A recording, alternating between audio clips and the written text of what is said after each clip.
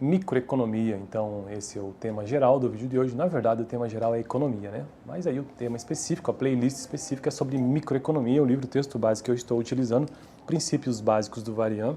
É um livro que eu utilizei na faculdade, na verdade a professora utilizou, e aí estou construindo essa playlist de forma bem básica por aqui sobre microeconomia, usando então esse livro. E aí hoje eu quero continuar tratando sobre escolha ótima, que é uma grande área de estudo, um grande tema de estudo dentro da microeconomia. A microeconomia, diferente da macroeconomia, se preocupa em entender muitos assuntos que relacionam famílias, empresas, são assuntos que são mais próximos da realidade das pessoas, de fato, sabe? A macroeconomia já se preocupa com a economia como um todo, e a micro não. A micro procura entender comportamento do consumidor, procura entender sobre restrição orçamentária das pessoas e das famílias, procura entender sobre nível de utilidade, procura entender sobre escolhas do consumidor, sobre preferências do consumidor. Tem até uma frase que eu sempre menciono aqui no início dos vídeos, que diz o seguinte: as pessoas escolhem as melhores coisas. Deixa eu diminuir um pouco a exposição aqui. As pessoas escolhem as melhores coisas pelas quais... Eita, o sol resolveu nascer, resolveu brilhar aqui atrás de mim agora. Peraí, deixa eu ver se eu...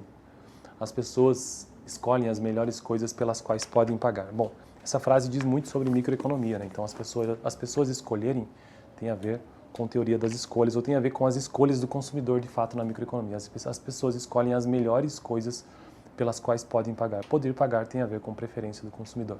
Poder escolher também tem a ver com o mercado, né? Definição do que seja mercado. Então, as pessoas escolhem as melhores coisas pelas quais podem pagar.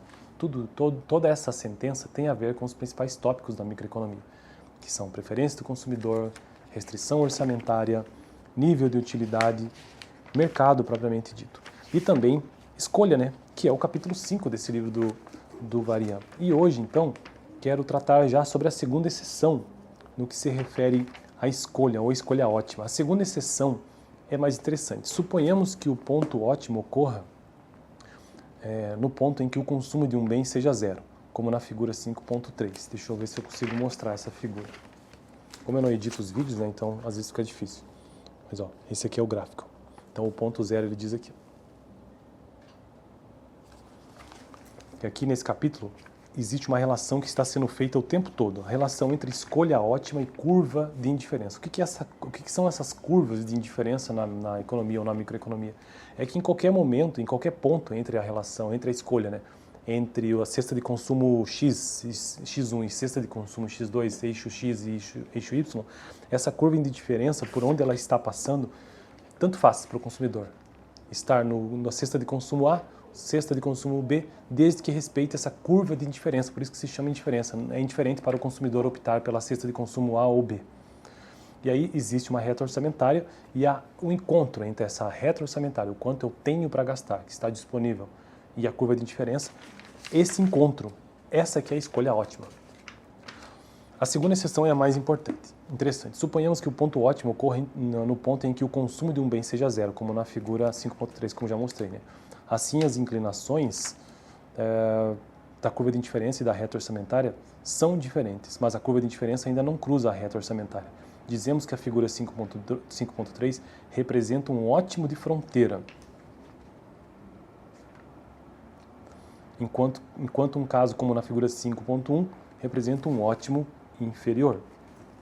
Se quisermos eliminar os gostos bizarros, poderemos esquecer o exemplo da figura 5.2. E se quisermos nos restringir apenas aos ótimos interiores, poderemos excluir o outro exemplo. Se tivermos um ótimo interior com curvas de indiferença suaves, as inclinações da curva de indiferença e da reta orçamentária deverão ser iguais. Porque, se fossem diferentes, a curva de indiferença cruzaria a reta orçamentária e não poderíamos estar no ponto ótimo. Encontramos, pois, uma condição necessária que a escolha ótima deve satisfazer. Se a escolha ótima envolver o consumo de um pouco mais de ambos os bens, de modo que seja um ótimo interior, a curva de indiferença necessariamente tangerá a reta orçamentária. Mas será essa condição de tangência suficiente para que a cesta seja ótima, a cesta de consumo? Se encontrarmos uma cesta em que a curva de indiferença tangencia a reta orçamentária, poderemos estar certos de que essa cesta constitui uma escolha ótima? Essa é uma pergunta. Observemos, então, a figura 5.4.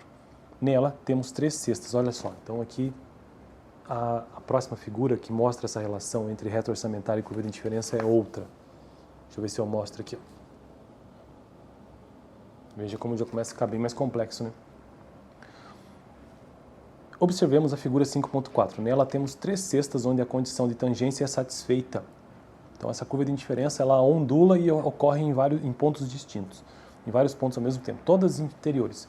Mas só 2 cestas são ótimas, então a tangência é apenas uma condição necessária para alcançar o ótimo, mas não é uma condição suficiente. Bom, ficarei por aqui que senão esse vídeo ficará muito extenso. Continuarei a partir deste ponto sobre essa figura 5.4, em que ocorre vários pontos de tangência, ou seja, de encontro entre a reta orçamentária e a curva de indiferença, ou as curvas de indiferença. Valeu!